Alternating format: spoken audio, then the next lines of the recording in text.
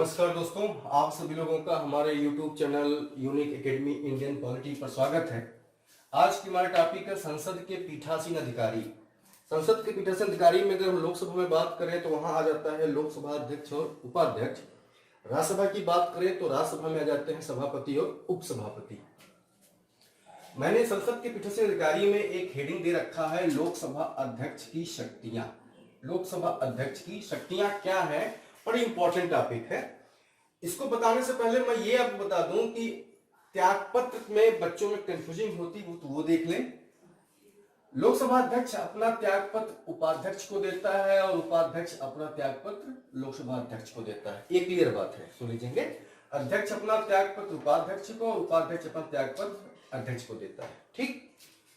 अध्यक्ष के खिलाफ जो संकल्प प्रस्ताव लाया जाता है, ध्यान सुनिए, अध्यक्ष के खिलाफ जो संकल्प प्रस्ताव लाया जाता है उस संकल्प प्रस्ताव में 50 सदस्यों का हस्ताक्षर, 50 सदस्यों का समर्थन होना चाहिए। जो प्रस्ताव लाया जाता है उस पर 50 सदस्यों का समर्थन होना चाहिए, क्योंकि ऐसा इसलिए किया गया है कि स्पीकर भयमुक्त होकर निष्पक्ष रूप से कार्य कर सके। उसको इसीलिए जो प्रस्ताव लाया गया है थोड़ा सा कठिन बनाया गया है। ठीक है। तो अब अगर दोनों उपस्थित हो, अगर अध्यक्ष भी अनुपस्थित हो तो उपाध्यक्ष भी हो, तो ध्यान देंगे, बहुत ही मोस्ट इंपॉर्टेंट है।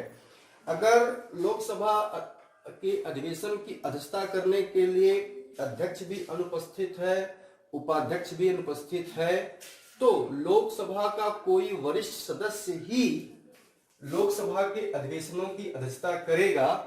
सभापति माने राज्यसभा माने सभापति कभी भी इस अधिवेशन की अध्यक्षता नहीं कर सकता। लोकसभा, ध्यान सुनिए, अगर अध्यक्ष और उपाध्यक्ष दोनों उपस्थित हैं तो राष्ट्रपति लोकसभा के ही, ध्यान दें, राष्ट्रपति लोकसभा के ही किसी वरिष्ठ सदस्य को अध्यक्षता करने को कह सकता है। कभी भी राज्यसभा का सभापति लोकसभा के अधिवेशन की अध्यक्षता नहीं कर सकता। That is most important question, ये आप एकदम याद कर लीजिएगा। अब हम चलते हैं पावर पर। लोकसभा अध्यक्ष सदन की कार्यवाहियों का संचालन करता है, लोगों को बोलने का समय निर्धारित करता है। मैंने बस छोटे छोटे फॉर्म में लिखा है ताकि मैं इसको एक एक टॉपिक को समझाते चलूं। सदन की कार्यवाहियों का संचालन करता है, इसका मतलब लोकसभा अध्यक्ष संसद में लोगों को बोलने का समय तय करता है कि कब कौन लोग बोलेंगे और कब को कितने लोग कितना जवाब देना है। अनुशासन बनाए रखता है। अगर कोई सदस्य अनुशासन तोड़ता है तो अध्यक्ष के पास यह अधिकार है कि उसको सदन से बाहर कर सकता है, गैलरी से बाहर कर सकता है। इसके अलावा अगर सदन ये चाहता है कि बैठक गुप्त होनी, गौर सुनिए, अगर सदन ये चाहता है कि बैठक गुप्त होनी चाहिए, इसमें किसी मीडिया या किसी अन्य का लोगों का होना आवश्यक नहीं है, तो अध्यक्ष इस बात को आदेश करेगा कि अगली कार्रवाई जो गुप्त तरीके से हो जाए, तो अगल बगल कोई भी दीर्घा गैलरी कोई भी वहां नहीं रह सकता। जो संसद का सदस्य नहीं है वह सदन के आसपास नहीं रह सकता। ये that is most important topic.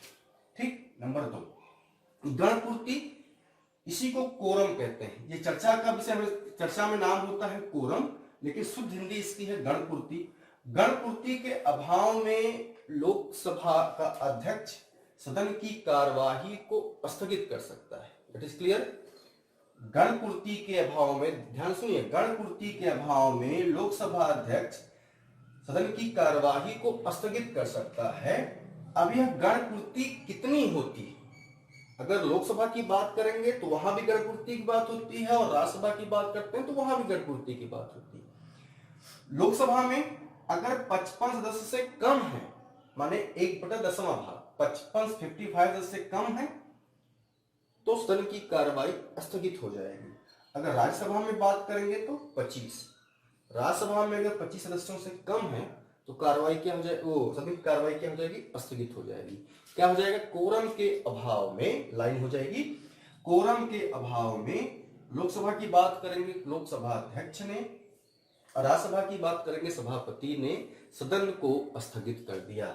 आपसे प्रश्न पूछता है कोरम के लिए कितना होना चाहिए, सदस्यों की संख्या का 1/10 भाग, इसके अलावा मैंने बता दिया कितनी संख्या 55 और यहाँ पे 25। अगली बात, अध्यक्ष जो होता है समान स्थितियों में मत नहीं देता। गौर करें, अध्यक्ष जो है समान स्थितियों में मत नहीं देता, परंतु अगर किसी प्रस्ताव पर मत बराबर हो गया, समान परिस्थितियों में वोटिंग नहीं करता। अगर, ध्यान सुने, अगर अध्यक्ष के खिलाफ, गौर सुने, अध्यक्ष के खिलाफ संकल्प प्रस्ताव विचाराधीन है तो अध्यक्ष पीठासीन नहीं होगा, मतलब अध्यक्ष नहीं होगा, लेकिन सदन की कार्रवाइयों में वह भाग ले सकता है, अपने विचार रख सकता है, अपना मत दे सकता है, लेकिन निर्णायक मत नहीं दे सकता। ये गौर करें, अगर अध्यक्ष है तो उसको मत नहीं देता, परंतु वहां पर निर्णायक मत देने का अधिकार है। लेकिन अगर उसके खिलाफ संकल्प प्रस्ताव विचाराधीन है तो सदन की कार्यवाहियों में बैठेगा, अपने विचार रख सकता है, अपने मत दे सकता है, परंतु निर्णायक मत नहीं दे सकता। क्यों? बड़ी परीक्षाओं में पूछता है क्यों। उसका रीजन कि लोकसभा का अध्यक्ष से पहले वह लोकसभा का क्या है, सदस्य है। तो सदस्य होने के नाते उसको अपने विचार रखने का अधिकार होगा, मतदान का अधिकार होगा, क्योंकि सदस्य है। निर्णायक मत देने का अधिकार किसके पास होता है, अध्यक्ष के पास होता है। तो वो विचाराधीन है, जब पीठ पर नहीं बैठा है तो वह निर्णायक मत नहीं दे सकता। ये ध्यान देंगे। संयुक्त अधिवेशन की अध्यक्षता करता है। यहां पर 2 आर्टिकल के मैंने नाम लिखे। अगर किसी प्रस्ताव पर धन विधेयक को छोड़कर किसी प्रस्ताव पर दोनों सदनों में गतिरोध उत्पन्न हो जाए, इस पूरी लाइन को सुनिए। सामान्य विधेयकों पर अगर दोनों सदनों में गतिरोध उत्पन्न हो जाए तो राष्ट्रपति संयुक्त अधिवेशन बुलाता है, अनुच्छेद 108। अगर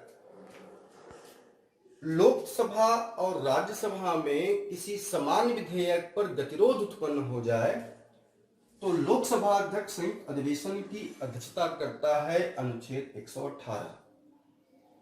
बुलाता कौन है, अधिवेशन को बुलाता कौन है, तो यहां पर अनुच्छेद 108 ध्यान देंगे। आर्टिकल 108 राष्ट्रपति बुलाता है और उसकी अध्यक्षता कौन करता है, तो लोकसभा अध्यक्ष करता है। यहां पर एक बात और मैं बताना चाहता हूं आपको कि संयुक्त अधिवेशन की अध्यक्षता अगर अध्यक्ष नहीं है तो उपाध्यक्ष करेगा, उपाध्यक्ष नहीं है तो लोकसभा का कोई सदस्य करेगा। कभी भी सभापति संयुक्त अधिवेशन की अध्यक्षता नहीं कर सकता, कभी भी सभापति संयुक्त अधिवेशन की अध्यक्षता नहीं कर सकता। That is most important topic. अगला, अध्यक्ष ही धन विधेयक का प्रमाणीकरण करता है। अगली बात, अध्यक्ष संसदीय समितियों के सभापति, कई संसदीय समितियों का सभापति होता है और कई संसदीय समितियों के सभापतियों की नियुक्ति करता है। तो किसका वो अध्यक्ष होता है, कार्य मंत्रणा समिति का अध्यक्ष होता है, नियम समिति का अध्यक्ष होता है, सामान्य प्रयोजन समिति का अध्यक्ष होता है। तो ये 6 जो है लोकसभा अध्यक्ष की शक्तियां मैंने बता दिया, इसके अलावा उसके हटाने की इसी के साथ जोड़कर प्रक्रिया भी बता दिया। अब सामयिक अध्यक्ष प्रोटेम, बीच में एक गैप है, प्रोटेम लिखता है ऐसे, प्रोटेम ये शब्द है, इसको कहते हैं, हिंदी नाम अक्सर प्रोटेम ही पूछ देते हैं, शुद्ध नाम इसका सामयिक अध्यक्ष। यह पद कहां से लिया गया है, तो एक याद रखने के लिए इंपॉर्टेंट है, फ्रांस के संविधान से लिया गया है। यह पद कहां से लिया गया, फ्रांस के संविधान से लिया गया। सामयिक अध्यक्ष की नियुक्ति कौन करता है, देखिए मैं 4 बना दिया। सामयिक अध्यक्ष की नियुक्ति कौन करता है, तो राष्ट्रपति करता है। ठीक, शपथ कौन दिलाता है, तो राष्ट्रपति करता है। शपथ और नियुक्ति दोनों कौन करता है, राष्ट्रपति करता है। आगे देखिए, प्रोटेम स्पीकर नई लोकसभा की बैठक का पीठासीन होता है। मोस्ट इंपॉर्टेंट, प्रोटेम स्पीकर नई लोकसभा की बैठक का पीठासीन होता है। ये कार्य क्या करता है, 2 कार्य है। एक है नए सदस्यों को शपथ दिलाता है और दूसरा नए अध्यक्ष के चुनाव में मदद करता है। That is most important, protem speaker याद हो जाएगा आपको।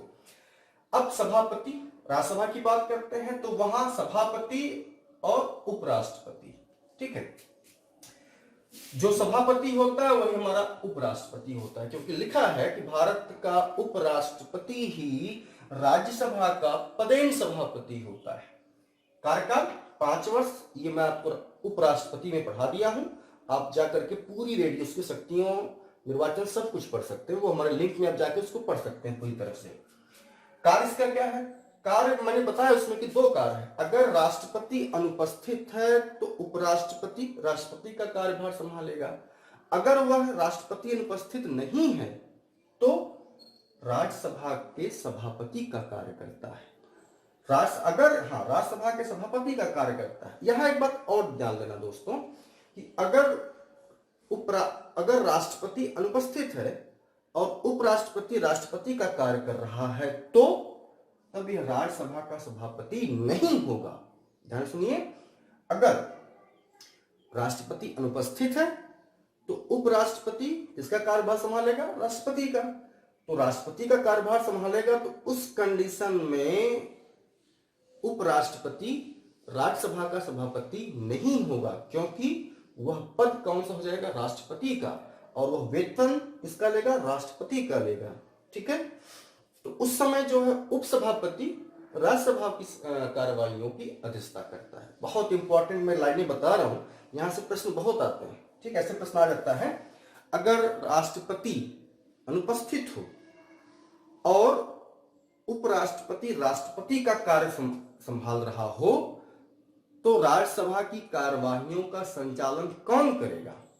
उस समय राज्यसभा की कार्यवाहियों का संचालन उपसभापति करेगा। ठीक है, अगर संकल्प प्रस्ताव विचाराधीन हो, ध्यान दें, अगर संकल्प प्रस्ताव राज्य सभापति के खिलाफ अगर संकल्प प्रस्ताव विचाराधीन हो तो सभापति अपने विचार रख सकता है राज्यसभा में, परंतु मत नहीं दे सकता। क्यों नहीं दे सकता? क्योंकि वह राज्यसभा का सदस्य नहीं होता। जबकि लोकसभा अध्यक्ष के खिलाफ संकल्प प्रस्ताव विचाराधीन हो तो वह अपने बात भी रख सकता है, कार्रवाइयों में भाग भी ले सकता है, मत भी दे सकता है। खाली एक बात वहां है, कोई निर्णायक मत नहीं देता है।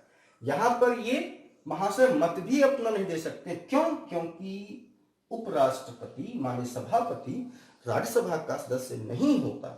जो सदस्य होगा उसी को मत देने का अधिकार होगा। उपसभापति का कार्यकाल 6 वर्ष होता है, जबकि सभापति कार्यकाल 5 वर्ष होता है। कार्यकाल 6 वर्ष क्यों होता है? क्योंकि उपसभापति राज्यसभा के सदस्यों में से ही चुना जाता है। तो राज्यसभापति का कार्यकाल 6 वर्ष, राज्यसभा के सदस्यों का कार्यकाल 6 वर्ष, तो उपसभापति का कार्यकाल 6 वर्ष। वही चीज संकल्प प्रस्ताव से हटाया जा सकता है, 14 दिन पहले लिखित सूचना दी जाएगी। तो ये मैंने दोनों लोकसभा अध्यक्ष उपाध्यक्ष के बारे में बता दिया। अच्छा, उपाध्यक्ष की बात करें तो ठीक वही कंडीशन होगी। उपाध्यक्ष को भी हटाने का प्रस्ताव संकल्प प्रस्ताव द्वारा पद से हटाया जाएगा और 14 दिन पहले लिखित सूचना दी जाएगी। त्याग पत्र किसको देगा? अध्यक्ष को देगा। जैसे अध्यक्ष की बात है वैसे ठीक उपाध्यक्ष की बात है। अब आगे चलते हैं, यहां तक क्लियर हो जाएगा। दोनों सदनों का सचिवालय होता है और सचिवालय, दोनों सदनों के सचिवालय का मुखिया महासचिव होता है। यह एक अस्थायी अधिकारी होता है। इस समय जो महासचिव हैं वो आप देख लीजिएगा, स्नेहलता श्रीवास्तव हैं। मोस्ट इंपॉर्टेंट, ये आप चेक कर लीजिएगा। जो इस समय महासचिव हैं स्नेहलता श्रीवास्तव हैं। ये मैं आज किसमें बता रहा हूं, यह कई 2-3 सालों के बाद, 1-2 सालों के बाद ये परिवर्तित हो जाएगा, कोई नए पद आ जाएंगे। तो आज की कंडीशन में यही बता रहा हूं।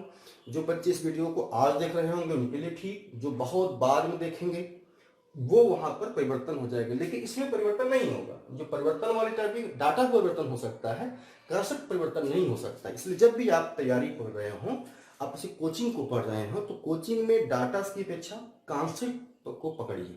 कॉन्सेप्ट क्लियर तो डाटा तो आप बहुत किताबें अवेलेबल है मार्केट में, उसको आप डाटा याद कर सकते हैं। लेकिन कॉन्सेप्ट नहीं क्लियर है तो फिर रटते रह जाएंगे। ठीक है, सदन का नेता कौन होता है? प्रधानमंत्री होता है।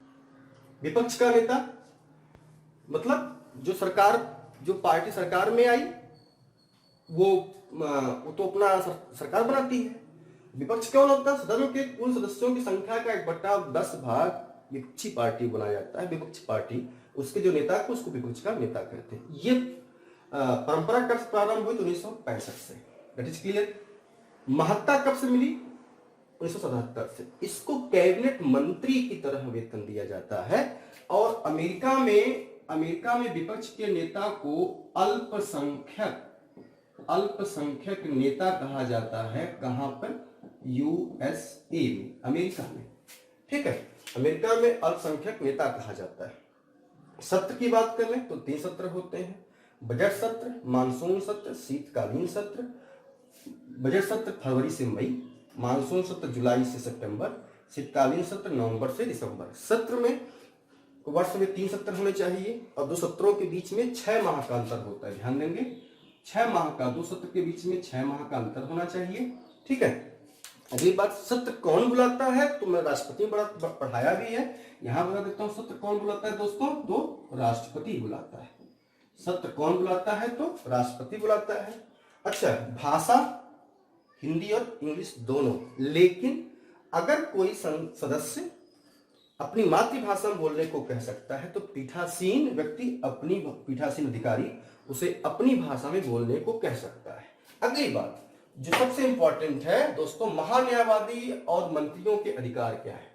मैंने महान्यायवादी में आर्टिकल 76 में पढ़ाया है कि महान्यायवादी को सदन के किसी भी संसद के किसी भी सदन में बोलने का अधिकार है।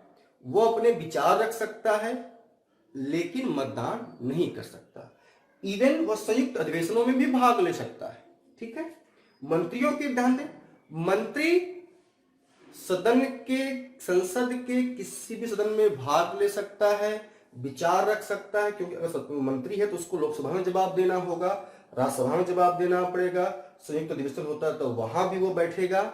लेकिन जब मत देने की बात आएगी तो मंत्री जिस सदन का सदस्य है वहीं पर जाके वोट करेगा। गौर करें, मंत्री है वो लोकसभा में बैठ जाके बात रख सकता है, विचार दे सकता है, राज्यसभा में दे सकता है। लेकिन अगर वह मंत्री लोकसभा का सदस्य है तो मतदान के समय वह लोकसभा में वोटिंग करेगा, राज्यसभा में जाकर के मतदान नहीं कर सकता क्योंकि वह राज्यसभा का सदस्य नहीं है। दूसरी कंडीशन क्या है? मंत्री किसी भी सदन में भाग ले सकता है, मंत्री है, बेशक वह सदन का सदस्य नहीं है। ध्यान सुनिए, जैसे अगर कोई व्यक्ति जो किसी भी सदन का सदस्य नहीं है उसको मंत्री बनाया गया है तो वह जाके अपने विचार रख सकता है, बोल सकता है, लेकिन मतदान नहीं कर सकता। हाँ, 6 माह के अंदर किसी सदन से वो जीत के किसी सदन का सदस्य बन गया तब तो मतदान कर सकता है। जब तक वह सदस्य नहीं है तब तक वह मतदान नहीं कर सकता। तो आज के पीठासीन अधिकारी, लोकसभा अध्यक्ष के क्या कार्य हैं, उपाध्यक्ष की शक्ति का कार्य क्या है, सभापति और उपसभापति के बारे में बता दिया मैंने, विपक्ष का नेता, सदन का नेता और सत्र क्या होता है ये बता दिया। अगली क्लास संसदीय शब्दावली से होगी।